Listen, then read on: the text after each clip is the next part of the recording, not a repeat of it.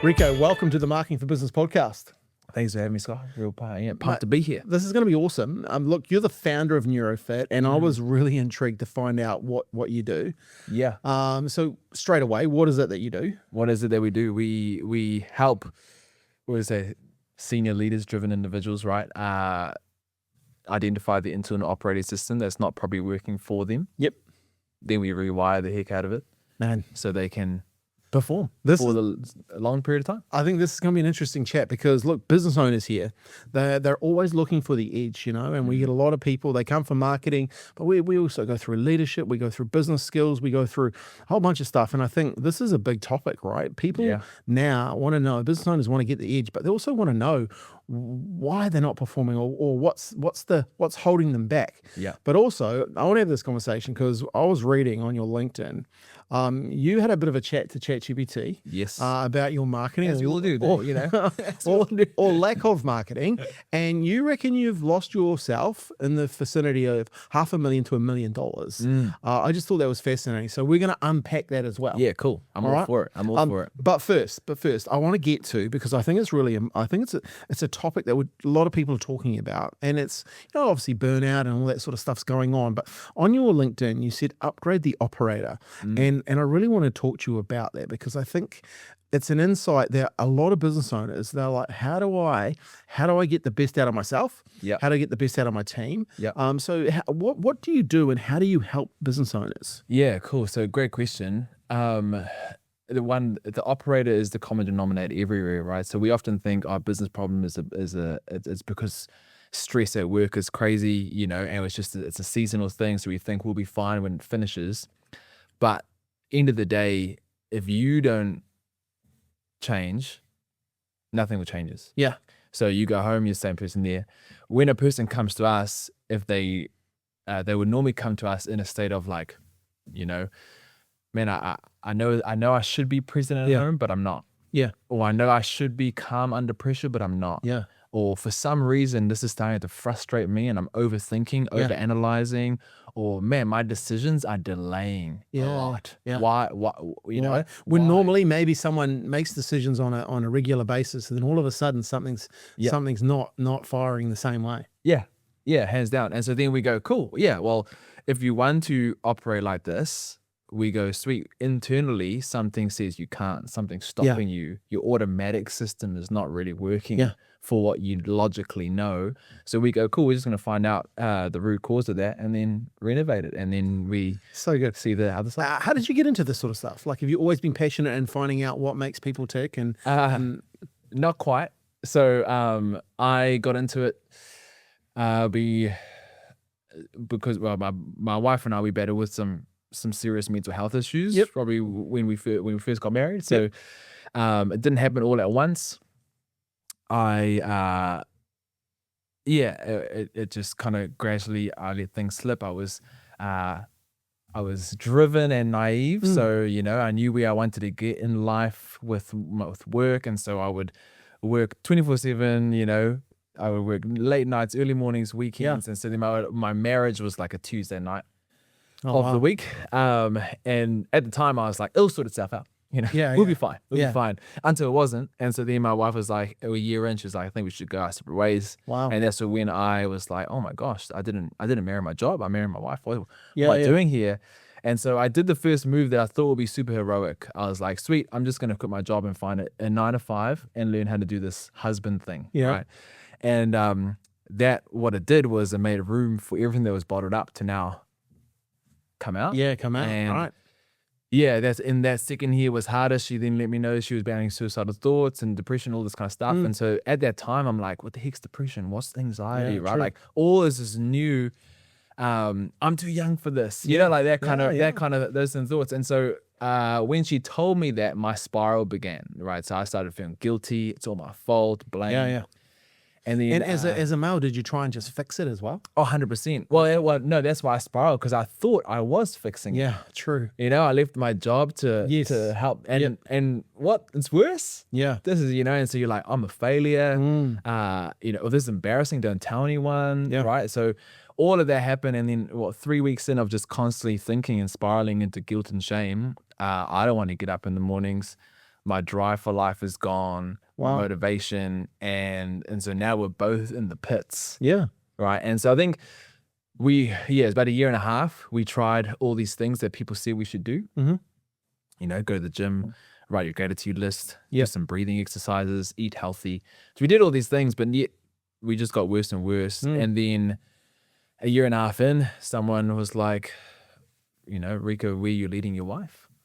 And I was like, down a not to a good place, you know. And so then they just said, well, if you got nothing to fight, what are you going to win? Wow. You know, and I think that just hit me as a guy. I was like, I want to win some stuff. Let's go. Yeah. And so from there, I thought, oh, let's just go and figure this out myself. So I jumped into cognitive neuroscience and wanted to figure out what's the brain, what's the mind, what are thoughts, what are emotions, how do I hack it? And then, long story short, found some stuff, tried some stuff. 3.5 weeks later, all major signs of depression and chronic anxiety was gone. Wow. And after that, I was like, oh, maybe I'm a miracle, you know? And then I thought, well, let's see if this works for my wife. Yep. She went through the same process, found it a bit harder, but she went from suicidal to loving life in 3.5 weeks. No gym routine, no eating healthier, no just mind management, brain change, body responded. Wow. So from there, obviously my passion for this just went through the roof. Yeah. And so natural progression said I should become a therapist. So I went and I was like, okay, cool, I'll go study psychology and counseling. And then when I finished, I didn't want to be a clinical therapist. Yep. Not to bag on them. They got great people, great tools. The system I would be hopping into didn't align with me. Yeah. Brain changed one, it saved my life, it saved my wife's life, it got our marriage back. Yeah. But the system I'd hop into if I was going clinical, we wouldn't do brain change. What was the business that you were doing to start with? I was in youth work. Oh, wow. Yeah. And so it's like, obviously, help the needy. Yeah. You know, and so it feels rewarding, which often blinded me at the same time for what was going on. Yeah. And you were so passionate about it, you didn't realize the hours you're working, you just wanted to be part of it. And I was like, this is going to take me around the world. I'm going to, you know, and so the vision was there. Yeah. So once you started seeing results and you started seeing the improvement in all aspects of your life and your wife and stuff, and then obviously you start to go into, when did you start to think you should or could make a business out of it? 2016. Yep. So 2016, I'm working in insurance, right? And I'm not doing anything with what I know. Yep. Right. And I'm just paying bills. And I find out that a large percentage of the branch I was working in was living on antidepressants. Oh, wow. And here I was. I knew I could help people. Yeah. But doing nothing about what I knew. Yeah. And so I went for a walk at lunchtime, and I came back fired up. Yeah. I was like, I'm going to change the world, you know, I'm going to change this nation. We're going to help people. I was just all over it. And so then start a business. And I would say my years from 2016 to 2020 would be the years of ultimate failure as a business owner. 2016 to 2020. Yeah. It would be like every idea bombed, you know, like rejection, disappointment. We ran our first event and I hired a venue. I was like, oh man, like Facebook ads are out, you know, like surely 50 people are filling this venue. 7 people turned up. Oh, man. And out of that 7, 4 of them I asked to help set the event up. That's more than my first seminar. So it was just like, it was a tough start because I just knew nothing of business. Yeah. I only knew technician side. Yeah. Oh, I can help people. Surely people will want what I have. And so I was, eventually in 2020, COVID forced me to look at direct clients. Yeah. And go away from the consulting piece. I wanted to work in businesses. Yep. COVID goes, well, no, no one wants contractors in, so let's shift. Yep. And then from there, I sat down. I was like, well, if I work with an individual, what would be an outrageous result? Yep. And drew up a program that could get someone the results that we got. Yep. So out of those learnings, right? A lot of times business owners, they'll come to us and they have a great product. I learned a long time ago though, that you know, people don't buy what you think they need, they buy what they want. Yeah. And I learned that by getting you kicked out of a bar at 11 o'clock in your Brighton, trying to sell them plastic toothpicks. But like it's a common thing, like people create businesses, they create a product and they think, oh, the market's going to want this. Yeah. And the fact is, well, the market needs this. But the fact is the market doesn't want it. Yeah. So you went through that. It's a lot of learnings, especially when it comes to, I like though that you put some money on the line, you hired a room and you were passionate enough to go out there and have a go, because a lot of people don't even get to that point, right? Yeah. So when you sat down and started drawing up what did you say the most outrageous result was it? Yeah. So I was like, I want a person to leave me and not need me. Cool. That was like they were like, because after a period of time or after the first session? No. So after when they worked with me through a program that I hadn't created yet, it was just like, cool. If they sat down and worked with me for a period of time, they would then know how to manage what's going on in here when life throws curveballs, and probably bigger curveballs. Yep. And they wouldn't need to have me on speed dial, and they would have essentially worked through or experienced the change. And what that did was like that result would then set me apart from the system. Yeah. That I would have to, Yeah. And so I was like, cool, we'll do that. We'll write it up. And on paper, it looked good. And then just put it on Facebook, Yep. Who wants to give this a go? $50 a session, let's just get some test runs in there. And a few people came through after the first lockdown. And I was like, cool, let's just give it a go. We'll do this. And then from there, you're like, cool, the confidence is increasing. Yep. And then we're starting to see a few good results. And then, I had my first, I would say, big trauma client come through in 2020. And when he came from, like, he was, like, his footy career ended with concussion. We got him on our podcast, I could say his story that he shared, but ended with concussion. The weekend before he meets me, his partner, who's like 20 weeks pregnant, says, we're done. Whoa. And he just goes, cool, I'm out. I'm done with life. Yeah. And he gets referred to me a couple of days after his attempt. And then from there, I sat there and I was like, look, man, up until now, I've just dealt with people that's like, oh, I want to deal with my procrastination. It's a bit of a jump. It's a different job. And so he's like, yeah, but I've tried everything. Wow. I've been down this road and I still got here. Is there something else? So I laid it out. I was like, look, you can do this, but it's going to mean you're going to have to do work. We're not going to come and talk and say, Rico's going to say this amazing thing. Yeah. Woohoo! Yeah. Life's good. And so he put the work in. And from there, man, like, we fast forward, he's, it was outrageous. Yeah. Like, outrageous, like, came off pills, like, the whole shebang, depression, anxiety is gone. How rewarding is that for you, knowing like you've turned someone like that? You've had someone like a bigger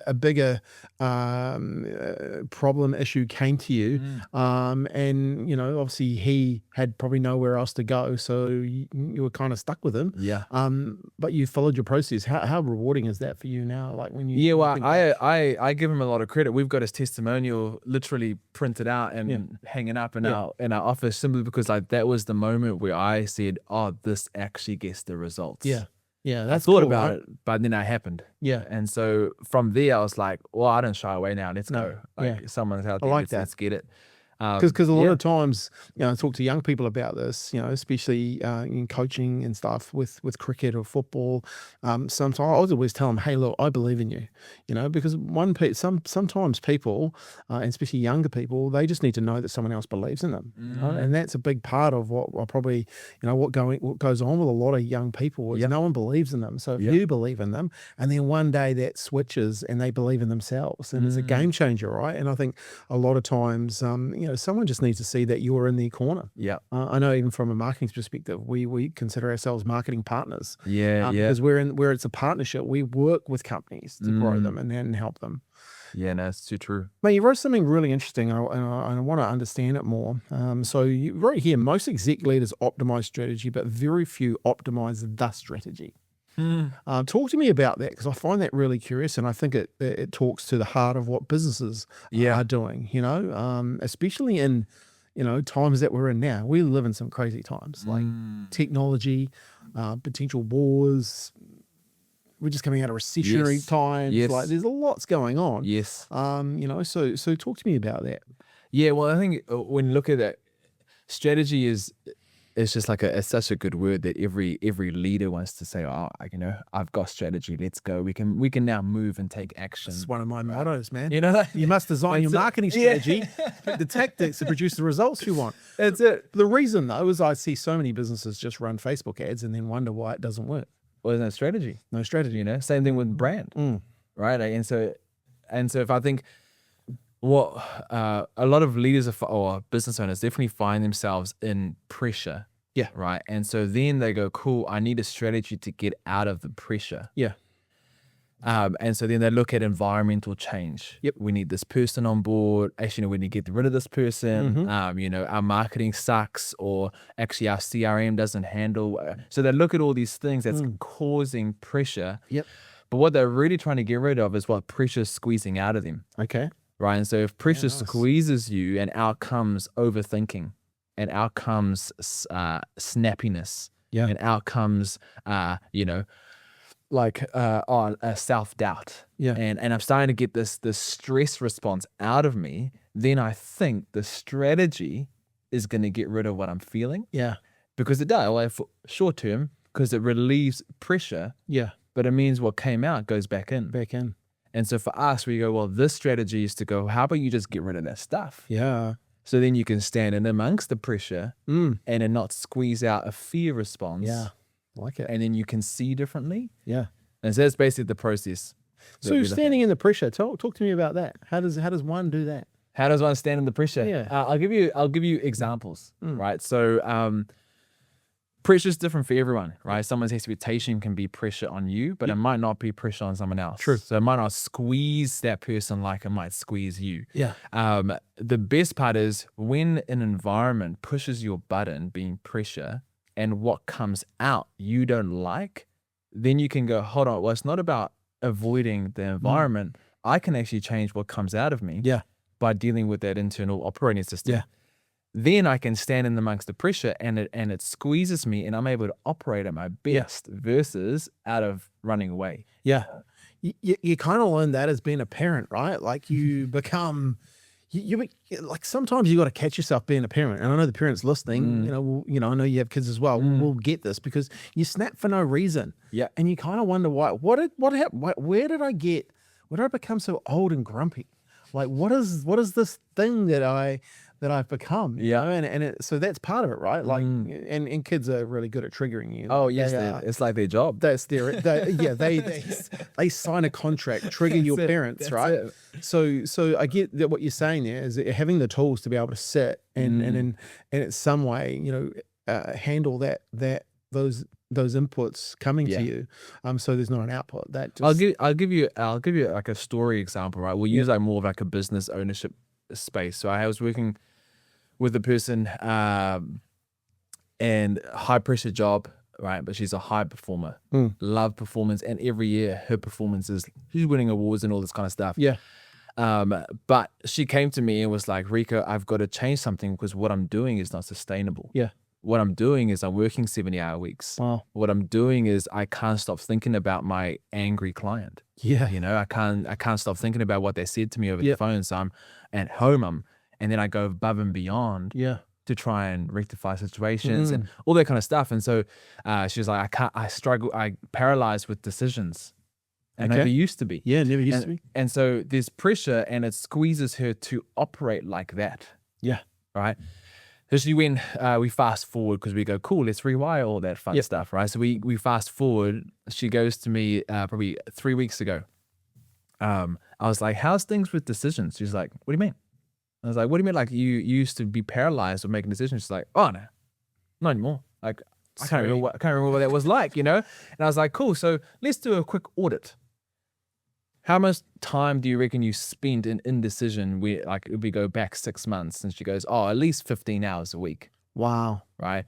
And then she'll be like, okay, cool. You're working 70 hours. And I said, how much are you working now? Oh, average 35. Wow. What's performance like? oh, better than whatever Yeah. we hit our annual target 3 months early. Yeah. You know, and you're like, oh, interesting. Interesting. Yeah, Pressure yeah. never went Yeah. anywhere, Yeah. but you upgraded. Yeah. Do you think she outsourced it to someone else? Like the pressure went down somewhere, or? No, because her PA left. Oh, wow. Yeah, so her PA moved on to another person in the business, and then she had to take on a more pressure. Yep. And yet, in amongst all of that, Yeah. she operated completely differently. Because the brain was rewired to move and do different things. Yeah, Yeah. she could see different priorities. Wow, that's cool, right? I'm fascinated by this stuff. Really, because you know, for someone who didn't get a degree, but just really interested in why people do things and psychology of marketing and stuff, I find it really interesting. And I find, you know, I've personally, I did some emotional freedom tapping a number of years ago because I kept hitting a ceiling on something and it was really annoying me.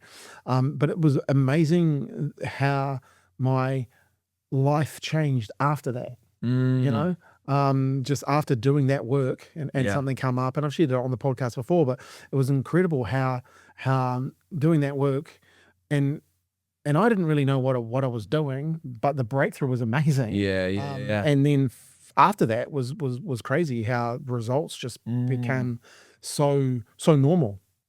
Epic. Yeah. Epic. Tell me about eliminate internal conflict so that it slows decision. I read that as well.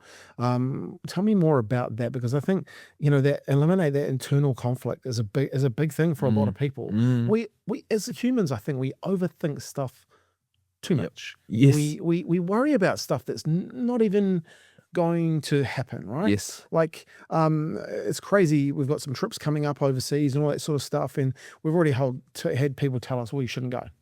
Well, we're not going for like 3 or 4 months. But people that have all these things going on, that it's like, it seems to me people worry about stuff that will never ever happen. Yeah, it's a sport.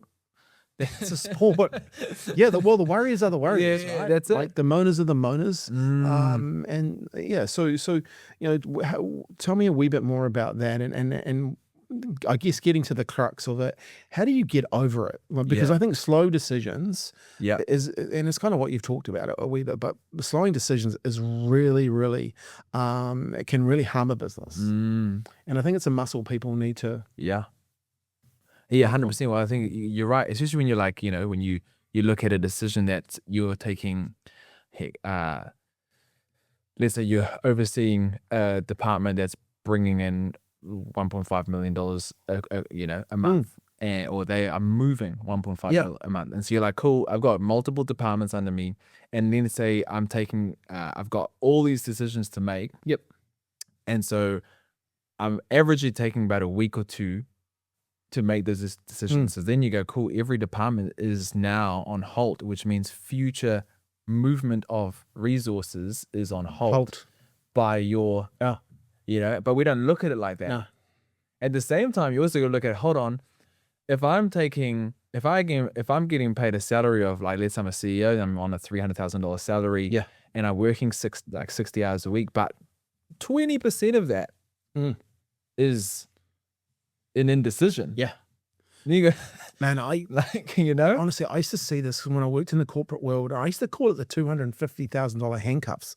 And it was really interesting because, like, I was working, and I was probably around, I think it would have been in 25, 26. And you're starting to see the organizational structure. And I was working for one of the biggest companies in New Zealand.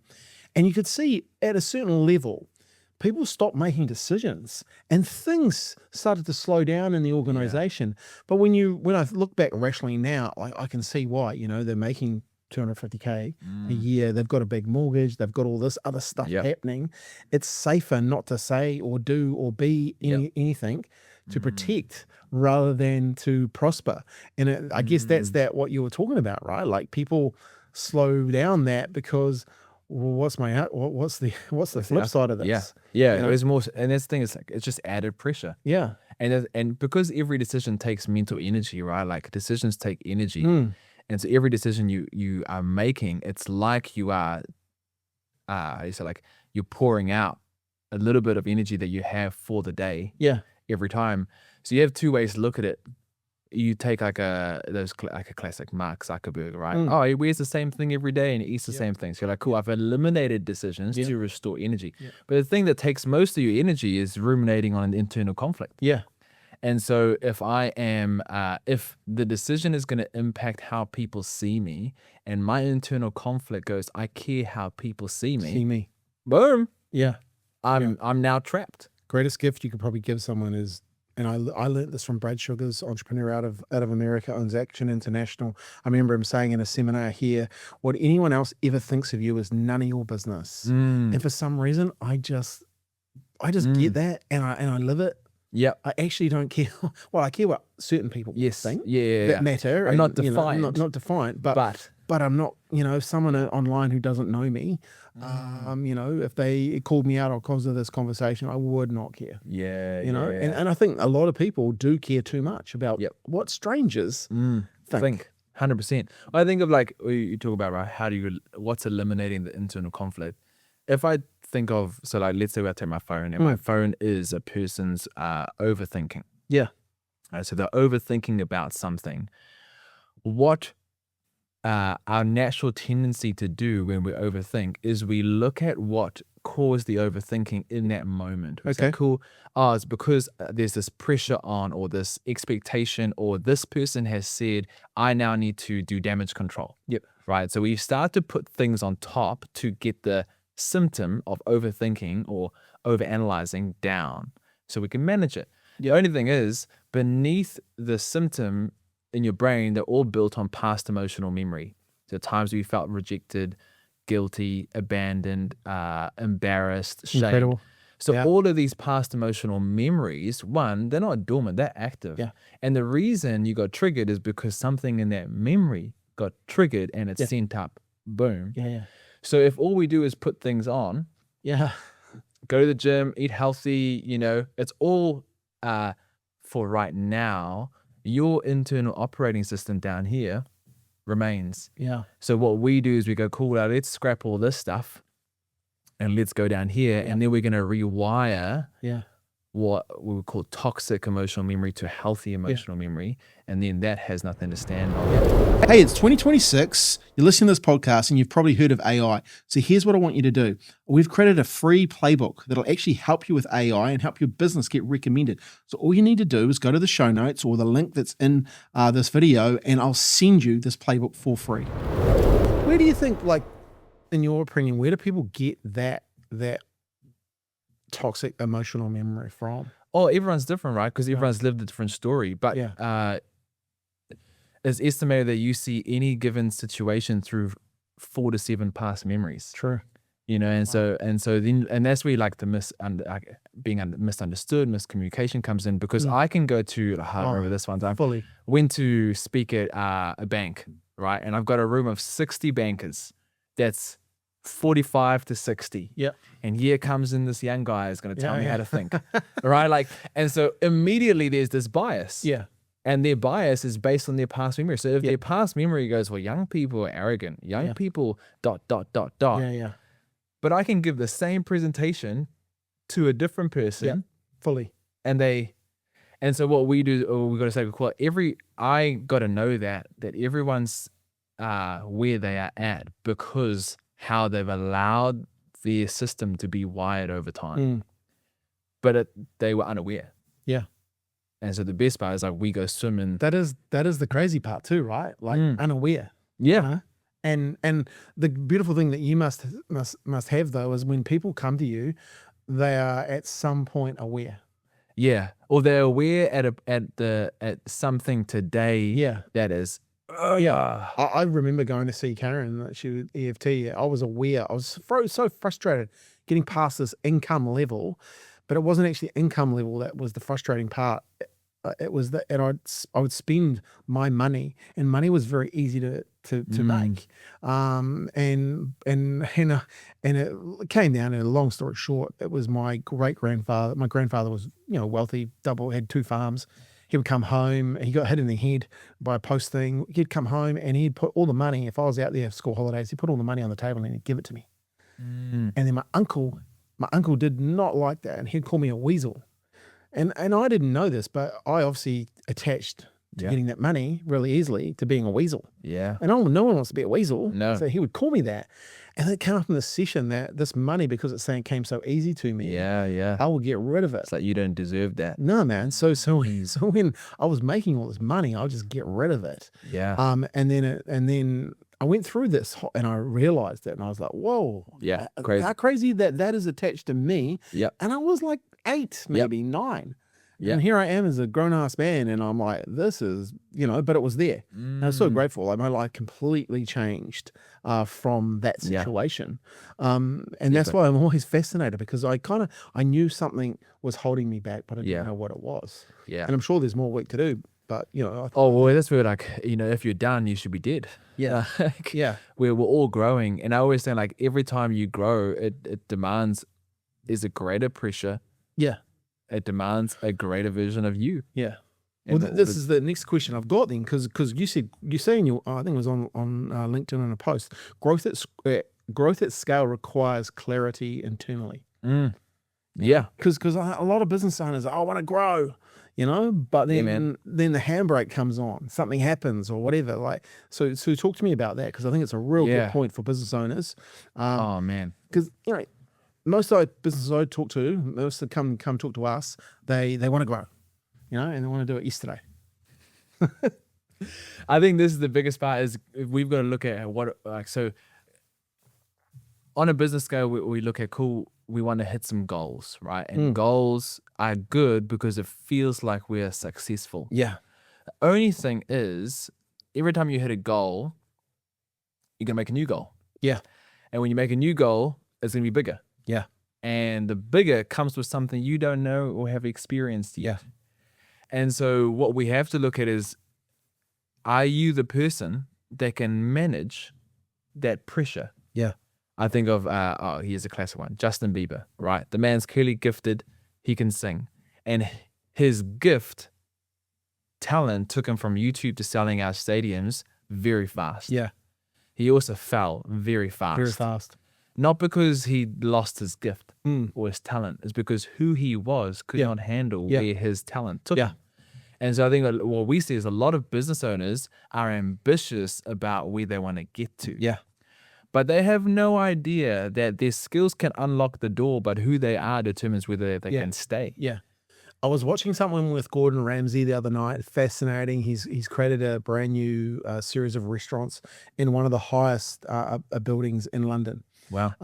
And they were talking to him about success and all this sort of stuff. And like he is running 1,000,000 miles an hour, and you can see the pressure that he's under, right, from this. And they asked him, the interviewers, and it's a Netflix program, it's fascinating, said, what would you tell your younger self? And he said, be careful what you wish for. Because he wanted this thing, he wanted the celebrity, he wanted this, but now he's got an older family, he's now got 2 younger kids. He is in a interaction where he actually can't not be on the road. Yeah. So he's away for 6 weeks, and he has to leave his family and say goodbye, bye. And all of a sudden, the building's still getting built, the restaurants are still getting built, but he's over in Asia. Yeah. Doing the whacking, the cracking, the dancing hands and all that sort of stuff. And you could see the pressure on his face because the growth and it has got so big now. Yeah. It brings growing pains. And I thought, when you talk about Justin Bieber, just going out, doing your talent, and then all of a sudden the pressure of that talent, the joy maybe even came out of some of that because of the pressure put on you, Like I was watching Drive to Survive last night, right? It's out, obviously, and obviously it runs about F1. But the Australian driver, right, comes in, he's a rookie, and he's had 3 or 4 real bad races. And then you see the pressure. Yeah. Everybody online is like, yeah, but he's 20. Yeah. Crazy, eh? His dream was to be an F1 driver. Yeah. He's already got his dream. Got his dream. Yeah. And he doesn't hold it. One, couldn't perform, but I would question that his performance was then going internal conflict. All the stuff's going on. Everyone thinks I'm this. I don't deserve to be here. And that narrative then impacts how you perform. Yeah. So let's step that into that then, So, because there's a great saying, are you the person that, can manage the pressure that pressure.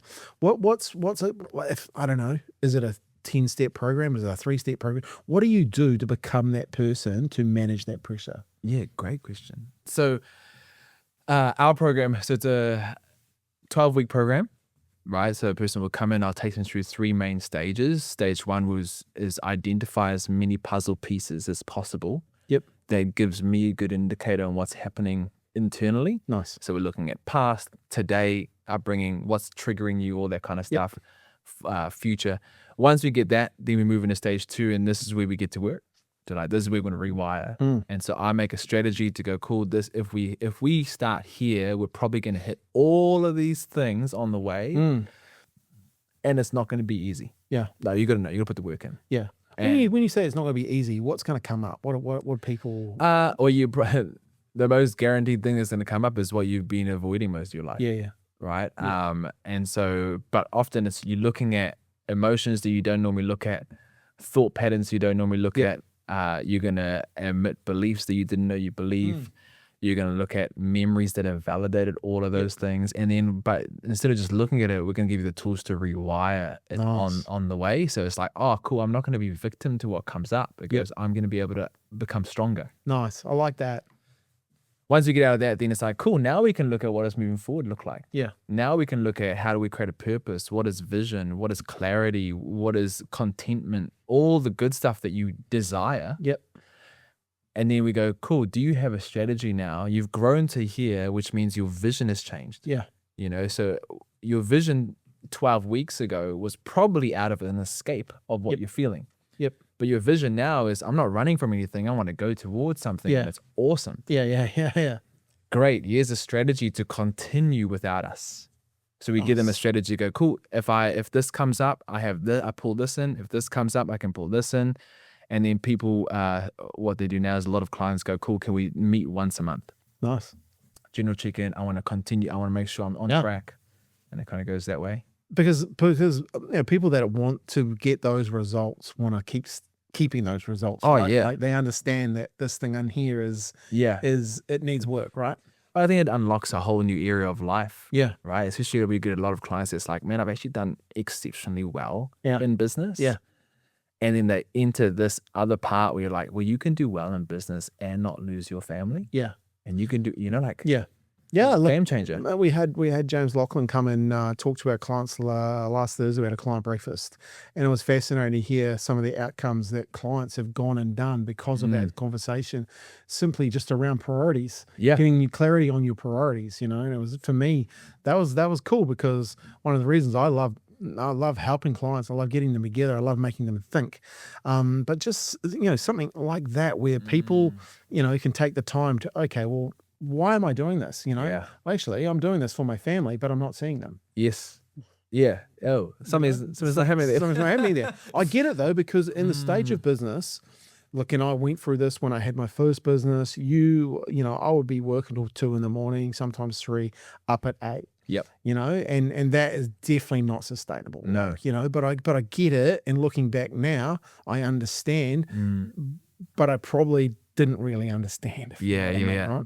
Yeah, that's it. And it's seasonal. Yeah. It's like, actually, there's a time and a place for it. We get it. But if that's the only way you know how to do it. Oh. Yeah. And that's when I realized, I need to do something. And I found EFT, which is amazing. Hey, I want to unpack this because it sparked my interest, in this whole conversation with ChatGPT. Yeah, here we go. 500 to 1 million over the last 3 years. You thought that's what you'd lost from not showing up and adding your value to the marketplace? Yeah, well, I obviously I'm back and forth with ChatGPT, right? So I was like, cool, it averaged out. So it was like, this is how much I charge for a program. Strategy called is the percentage of conversion, all that kind of stuff. And so I was like, with the fear of being misunderstood and not being seen, right? Because it's for me, my whole thing was I'll kind of stick to where you know, referrals. Yeah. We'll stick in that place because Yeah. it's my greatest fans. So you know? you didn't want to advertise and market yourself or put yourself out there because of that, right? Yeah, fear of being misunderstood. I think what really hit was a couple years earlier, it'll be 2022, I think. Something happened. So we were getting results, we were getting traction. There was some significant momentum. Then we got into a space where someone else was quite territorial. Yep. And me being quite new to business, rose-colored glasses, right? Yeah, yeah. Like, man, we're all here to help people. Yeah, yeah. And so I reached out to that person. I was like, man, like, it would be great. I think we could collaborate and do something great. We don't do the same thing. Yeah. But the people that have worked with us were starting to talk about the results that they've gotten, and that person got quite intimidated. Oh, wow. And then what they did was they just started bad-mouthing us everywhere.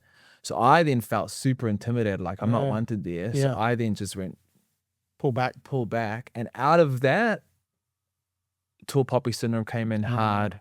You know, I don't want, you know, to say something and someone not fully understand it, and then they cut my legs, all that kind of stuff. Yeah. And so it just became really easy to find the ones that like me, and I'll just be, I'll be the secret weapon for the people that want me in their life, and we'll just go along like that, and hopefully, you know, get by. Our referrals. And I told myself I was being humble. Yeah. You know, oh, no one even needs to see me. I'm not shy, you know. Yeah. But then I'm like, man, that's sabotaging my business. Yeah. And so when I realized that, I was like, look, I'm gonna go hard. I'm gonna step out there. I'm gonna be a voice, and people might not like it. Did you realize because there was no business coming in? Like no. I had, so in our program we do something called a thought detox, which is the rewiring. I did that on myself. Oh wow. And then I realized, oh crap, Rico. Yeah. What are you up to? Yeah. You know, like you would let intimidation just go. Yep. Crushed. And so how long did it take you to work that out, to figure that out? 2 weeks. Okay. Yeah. So once you realized that, like, but it had been 3 years. Yeah. That it's, wow. Yeah. And I went back on like why that 2 years ago really hit me. Yeah. And caused me to go back, because it's been a pattern. Yeah. You know? It's like, and so you're like, oh, cool. Now I break the pattern. Great. Let's go. Go. And it's been awesome. And so then I then asked, I was like, okay, well, chat, this has been the track record. I know for a fact there's some events I didn't want to go to. Yep. I know for a fact I didn't join a networking group because of. Yep. I know that we haven't been on Instagram for 5 years. Yeah. You know, like, I know we haven't done any. And so then it was like, cool, what's the cost? Yeah. And it just averaged out, and I was like, oh, I've lost $1 million because of this. Yeah. Rico. So what do you say to people? Because like we get this a lot. People will come in and it's amazing. We'll do video content, and we have some really skilled people that help and coach here. And it's amazing to hear, you know, the stories. And even like last week, there's a guy, a massive company in New Zealand, coming to do video with us, and self-doubt. Yeah. We do it. All of a sudden, people start going, "Oh, this is amazing!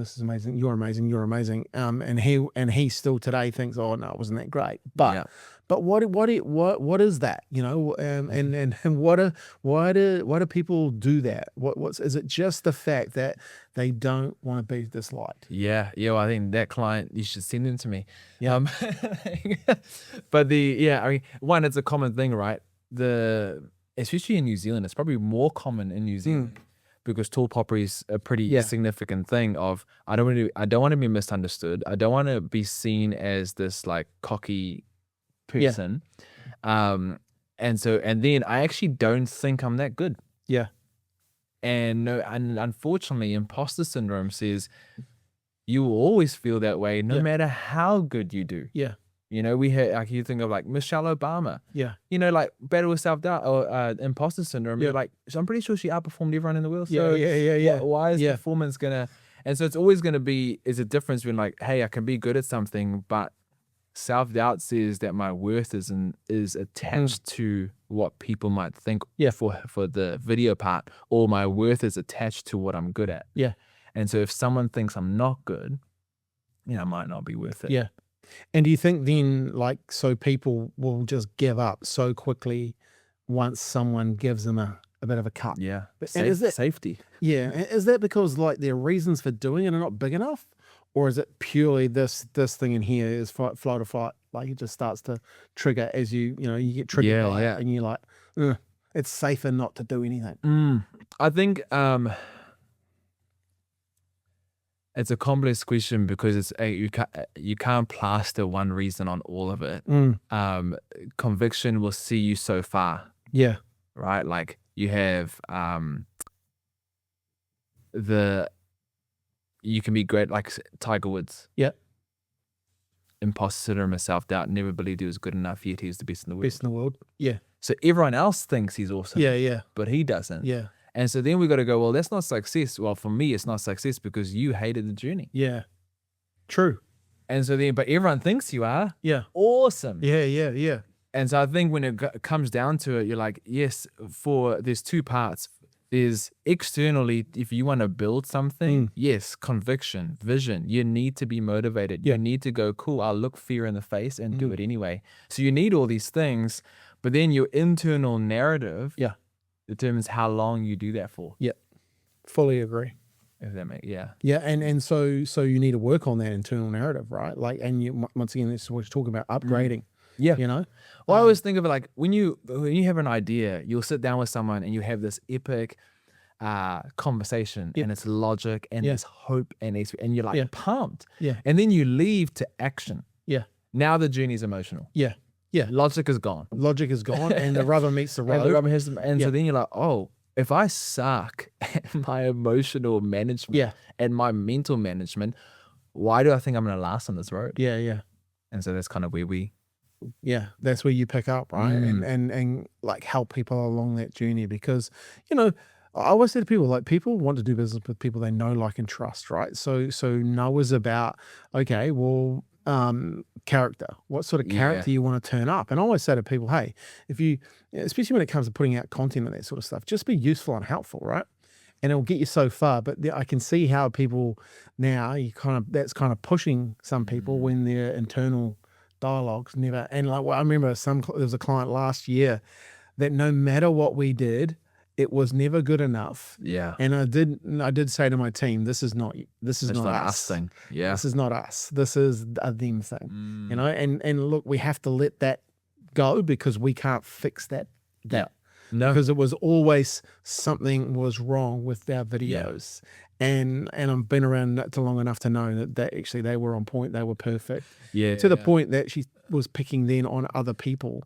And I was like, oh, this is So if you don't do that work, you know, you'll always run that as well, right? And then you get what? People don't want to work with you. Yeah, exactly. Exactly.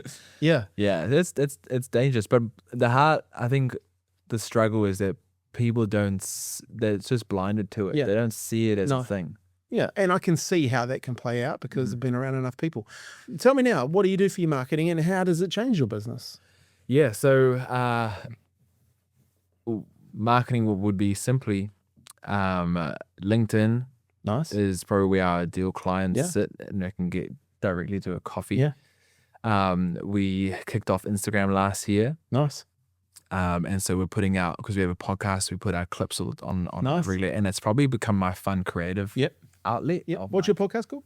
Triggered. Cool. Good name. So Triggered. Do you talk about what triggers people? Yeah. We literally just get people and they tell their whole story. And it's ultra vulnerability, but it's how you overcame what triggered you. Yeah. Kind of thing. Yeah. Nice. So that's pretty good. And then for me right now, personally, I'm just going hard and trying to get into the right rooms. Yeah. So I challenged my team this year. You need to be in bigger rooms. Yeah. Well, that's it. I think I'm trying to do a quarter once a quarter I'm in Australia. Yep. Nice. Just because I think there's a bigger market there that would actually run with what we have. Yeah. And then I'm trying to get up to Auckland once a month. Perfect. For it. Yeah. And then just meeting the right people. Yep. Which is epic. You have to put yourself in bigger rooms. So I was in a great mastermind probably, I don't know, maybe 4 years ago. Been in it for probably 8 years. We had a cup and all this sort of stuff. It was great. Guys were great. But I realized for me to grow where I wanted to go and who I wanted to be and who I wanted to help, I need to be in a bigger room. So I flew to Miami. I don't know how many times I've been now. It's quite a lot, but just being in a bigger room, you start to see things at a different level and you start to meet people doing different things. And it's really interesting what you would see as a a barrier Yeah. when you ask someone, and one of the biggest frames for me was just in our, you know, we have clients, and it might be, you know, I think one of them might be $45 a click for one click, right? A Google ad, right? And I was like, well, I just thought that was, you know, but I know the client makes money, so Yes. I'm all good with it. And this marketer goes to me, yeah, oh, that's interesting. He goes, right now, what time is it? Oh, it's 5 o'clock. You know, drive time in America in a certain city will be $1,500 US a click. Wow. Right now. And I was like, that's just such a paradigm shift for me. I was Wow, straight away, I was like, holy shit, there's another game out there. Yes. You know, but if you sit at home, you don't see the game. You don't see the You game. don't get to meet the players in the game. No. And I just love it. That's what I love about, you know, being in bigger rooms, because you doing it will allow you to grow and meet other people and serve more people at the end of the day. That's what we're about. 100%. Like, we're recording this so we can actually help more people. Yeah. You know, it's money, and that's a byproduct of the value that you put out into the world. And I always remember 100%. Brett McFall told me, Scott, give value in advance before anyone gives you any money. I thought he was crazy at the time, because I just come out of the corporate world, and that's definitely not what you did. You took money before you gave them anything. Yeah. But it, you know, 10 years later, this business at least, you know, it proved he was proved right. LinkedIn, what do you do on LinkedIn specifically? Because I have started to see some of your content. What's your philosophy, your thinking around content on LinkedIn? Yeah. Oh, great question. I think we've repositioned recently for into the senior leadership space. Nice. And so I feel like we're at startup stage again. Yep. On LinkedIn, but the strategy basically looks like we've got a 3-funnel process. Yep. Or in terms of content, obviously on LinkedIn, it's, can you champion people in the comments, because people actually read comments. Yeah. You know, and so you're like, cool, champion people in the comments. And then for me, my strategy is like just out here, my strategy now. My strategy goes, can I connect with 20 ideal clients that fits my avatar a day? Nice. So it's like a 20-minute process in the morning. Yep. I'll go 20 people, connect. Out of that 20, 10 probably accept. Yep. Out of that 10 goes a direct message. Nice. Direct message them, not to sell, not to just to be curious about what they do and why they do it. Yeah. And the goal for that is to have a conversation that leads to a coffee catch up. Yeah. Or over Zoom or something. So that's that strategy. And then obviously, I've got to basically like and comment on 3 or 4 posts a day. And then I'd post 4 times a week. So the post will look at, like, a top of funnel post would be quite broad about my life. Yep. So it's kind of like hitting a lot more. Yeah, true. People. Yep. And then middle funnel is kind of more of like an authoritative, you know, my take on this, and some details. So you'll have less engagement with that, but it'll probably be the right people that's engaging. Yep. And then bottom of funnel would be like, what's my call to action? Nice. Brilliant. Kind of thing. Is my good old LinkedIn strat. The thing is, and this is why marketing like this work, especially in the modern world, most people spend too much time at the bottom of the funnel, right? They spend all their marketing money at the bottom of the funnel. There's a great book by Chet Holmes, he passed away, called The Ultimate Sales Machine. It's probably written, I think, 2007, 2008, maybe. He talks about how most people, you know, down the bottom is probably only 5% ready to go. Yeah. But most people spend all their time in marketing down here. There's that part here in the middle where people are open, but they don't know about you, right? Yeah. And then there's a bunch of people that was never going to do anything, right? But so you warming them up, you know, in those areas is so important, because you've got to have that consistency of message. Yeah. You've got to have frequency of reach in that area to become relevant at the bottom. The beautiful thing, you become a lot more relevant a lot quicker at the bottom when you've done the top. Yeah, most people don't spend time doing the top. They go, you know, you'll see companies wanting just to generate leads through advertising, or, you know, just purely leads, or you know, just leads and advertising. It's you don't get the luxury of having better clients when you do that sort of stuff here. You don't get the brand recognition, you know, long term. So it's a good strategy. I love a couple of things there. I love on it is being curious is just an art. Like, if you can be curious, you win the game. Like, if you can be curious about what others, why they're doing stuff. How I say it in seminars all the time, right? Who wants a part-time job? no one wants a part-time job, but I give them one anyway. And the part-time job is to be a marketer. Yeah. And then I asked, why would I want you to be a marketer? Why would I give you that? And no one really answered. I said, because I want you to be curious. Marketers are generally curious. They'll ask, well, why is that customer doing that? Why is that competitor doing it that way? Oh, could we be doing it that way? Wonder why they did that over there. So be curious. And I think that's a real, like, being curious about other people is a skill. Yeah. Most people are more interested In themselves.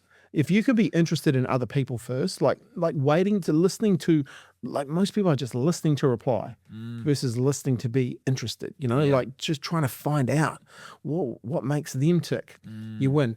The warm call, I call it. LinkedIn is ultimately the warm call. It's the warm call. You don't need to cold call people anymore. You need to do what you do, be curious. And then, hey, by the way, would you love to catch up for coffee? You know, I'd love to find out more about what you're doing. Yeah. Taking that online, offline. Yeah. Because people are humans, right? They 100%. like to deal with people they know, like, and trust. That character. You build the chemistry, you build the credibility, boom, you walk in and you start to do business. The challenge with this, though, and this is why most people won't do it, is the time it takes to get 100%. results. 100%. Now, I've been doing this digital influencers 10 years this March. I'm having a party on the 20th. I now know the value of doing it. That's why this podcast has been going for 3 years, because I now know the value of doing it, right? Like it's just, it's built in. And you start 100%. to see the reps of your work. Yeah. You realize that if I just stay in the queue, there's a great saying by Jim Ryan. He said, I remember he asked this and I thought, geez, that's a strange question. But he goes, how do you get to the front of the buffet queue? And I was like, I don't know. And he goes, well, you stay in the queue. Most people jump out of the queue, right? Yeah, because they're too impatient. Too impatient. And that's what marketing, you know, I call it the 90-day nightmare. You've got to actually be thinking longer term. Yeah. You know, because that rolls out in 6, 7, 8, 9, 10, 12 months. Business. Yeah. Busy. Repeatable. 100%. System. 100%. I think you're right. And that's the, I read Sabi Subri's book, right? And one of the things he was like, list all the tasks that you do, from like content creation to emails to clients to the whole shit, like everything.